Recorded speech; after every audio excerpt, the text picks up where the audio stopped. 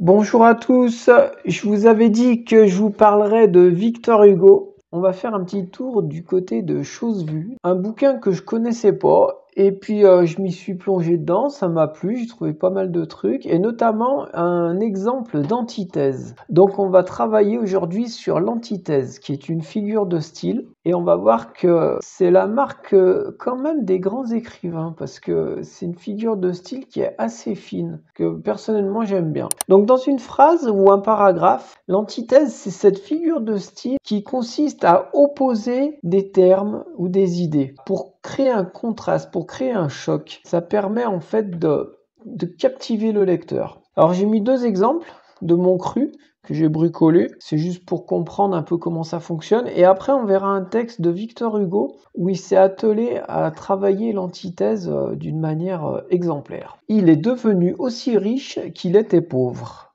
immensément. On met en opposition riche et pauvre, et c'est vrai que cette phrase, elle choque, enfin elle claque un peu quoi. Ce vieux pays entame visiblement une crise d'adolescence.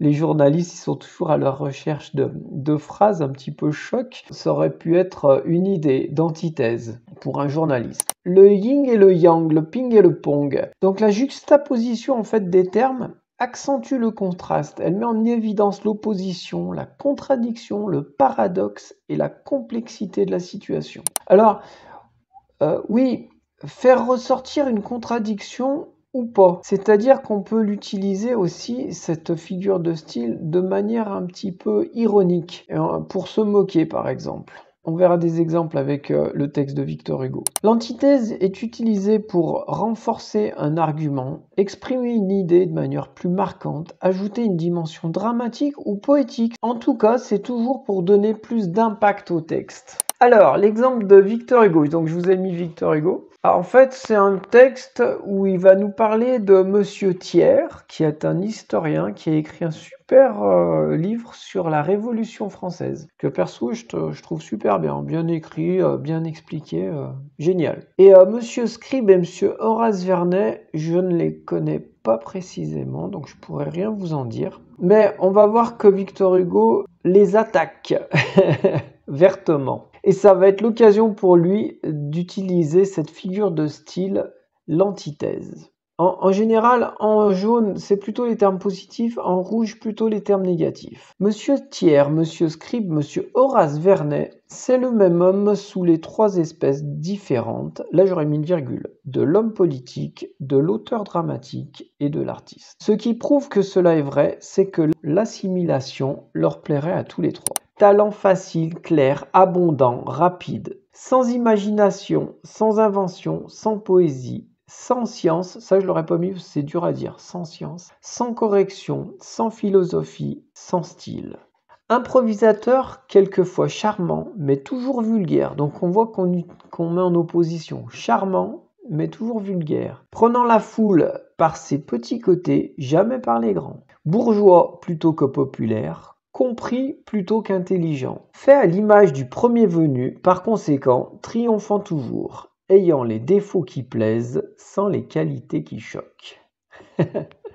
Excellent. Capable au besoin d'un vaste tableau, d'une longue pièce ou d'un énorme livre, mais où le petit se fera toujours sentir. Homme du présent, vivant dans la minute, sans le souvenir d'hier et sans la divination de demain, n'ayant ni le sens du passé, ni l'instinct de l'avenir. Donc on voit tous ces termes qui s'opposent les uns aux autres. Vaste, long, énorme, face à petit. Présent, minute, face à hier, demain, le sens du passé, l'instinct de l'avenir. Également antipathique aux nouveautés et aux traditions. Les nouveautés, les traditions. Travaillant beaucoup, pensant peu. Promis à une immense renommée et à un immense oubli. Créé pour faire vite, pour réussir vite et pour passer vite. Alors, je connaissais pas ce caractère, en fait, cette qualité de Victor Hugo, je la découvre et je trouve ça sympa. Donc, un peu plus loin, à propos de Thiers uniquement là, il nous dit « J'ai toujours éprouvé pour cet illustre homme d'État, pour cet éminent orateur, pour cet historien distingué, pour cet écrivain médiocre, pour ce cœur étroit et petit, un sentiment indéfinissable d'enthousiasme, d'aversion et de dédain. Moi, j'aurais peut-être mis un sentiment indéfinissable mêlé d'enthousiasme, d'aversion et de dédain. Ou alors, j'aurais essayé de regrouper par deux. Indéfinissable, d'enthousiasme et d'aversion, d'admiration et de dédain. Ouais, à voir. Bon, eh ben on a fini. On a fait un petit tour du côté de l'antithèse. Très belle figure de style. Pas toujours facile à mettre en œuvre, mais quand on y arrive, ça claque, ça donne de l'impact. Donc ça peut être sympa de temps en temps sur un paragraphe, quand par exemple là on parle d'un personnage ou d'une situation, on va chercher un petit peu cette antithèse. Bon, bis à tous, à bientôt. Mettez un pouce si ça vous a plu et abonnez-vous. À bientôt. Ciao.